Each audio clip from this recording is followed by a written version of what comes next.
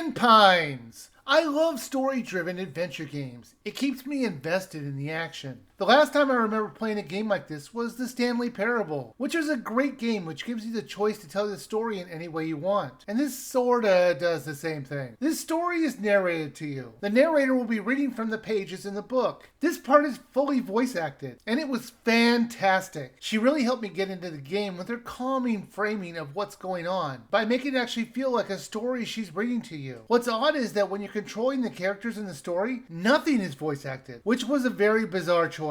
If it was voice acted, it might have made the worst part of this game more tolerable. And that would be the text itself. It was at times unreadable. It uses some of the worst color schemes against text colors on some of the characters. It's not always bad to read, but the game would have benefited by having all the text bolded. The worst was the book text, which was only bearable because it was being read to you. While editing this video, I noticed the text was easier to read, and I didn't have the same experience as that because I was playing in a dock mode on a 55-inch TV about 10 feet away, and it was very hard to read. But I enjoyed the story so much, I kept playing. The story is about Luca, who stumbles into a mystery involving the town and the closed down fertilizer plant. I was interested in the mystery as it seemed like a small mystery for him to solve in this town. But the final part of this game turned so bonkers, you're never going to guess where it's going. Last time I remember a game with a plot so crazy out of nowhere was a game called Jenny LeClue, which at least tried to justify it. This sort of hopes you don't think about it for more than 2 seconds, or the whole thing falls apart. As cute as the visuals may look, this story goes into some dark turns. You will see your characters die at times. However, this game is all about parallel worlds, or more in line for this book narrative, a choose-your-own-adventure book. Do those books even still exist? If they don't, this is what it basically was. You just turn to different pages depending on your choices. And this is very similar. There are, in theory, multiple endings to this, but in reality, there's only one. You will see the words "the end" once in a while, but those endings are clearly not supposed to be the true ending. It's only there so you'll click on a different branch of the tree, so you'll try a different part of the story. Oftentimes, the story would be like, "They dragged you away. The end." Like any book would ever end that way. There are not a lot of different paths to go down, so it's far from tedious. For the most part, the different paths you go down are truly different ways the story could play out. And every time you die, you'll get more answers to the overall mystery. There will be parts of the story where the book will ask you to fill in an action to do. You'll find different actions you can do by clicking on active objects in the scene, or the story just might give it to you. The actions that you can get don't always change the story, and only certain ones can be used when it asks you for one. It's usually no more than 2 or 3 different ones. I did find the characters in the story compelling, and the game length of the overall story was just about the right length, as it wasn't overstaying its welcome.